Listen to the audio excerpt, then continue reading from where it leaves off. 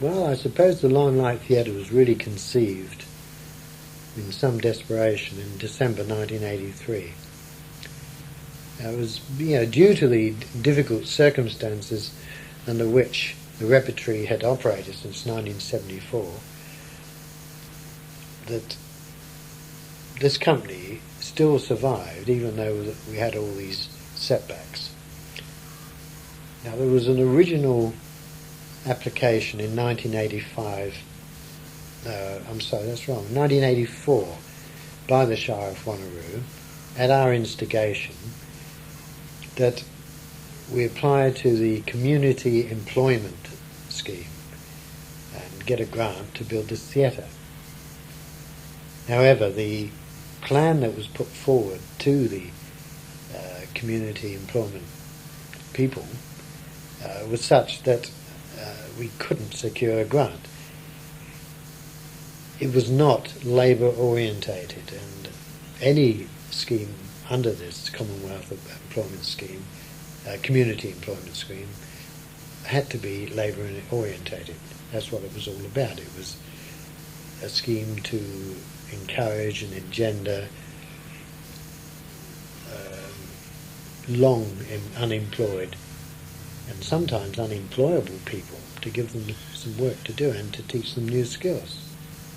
I'm not sure who suggested it, but I think it was the firm that we employed, the Stabilised Earth Structures, I think the firm was called, and they suggested that we made the building out of crushed limestone. Now, this was the first, as far as I can find out. It was so new that we were obliged to spend $1,000 building a wall for the Shire so that the engineers could test it as to its durability to weather and so forth.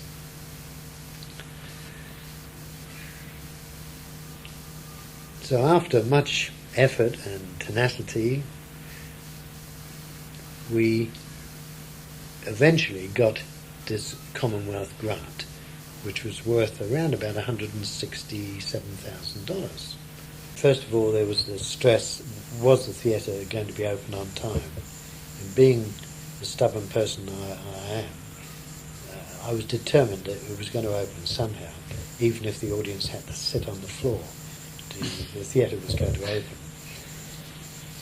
And I thought I'd beaten everything. We arranged for a civic function to greet all our sponsors who were invited to the grand opening. The mayor of the city was invited with his lady, and town clerk, all the officials, building supervisors from the engineers department. They all attended, and we had the opening. We took them across to the theatre because we actually had the function in an adjacent building called the Arts Centre. And at 2 o'clock I said to all the VIPs, would you now go across to the auditorium? So we all drifted across. Beautiful day, very hot day. And they sat down, and I went up on the stage and greeted everybody.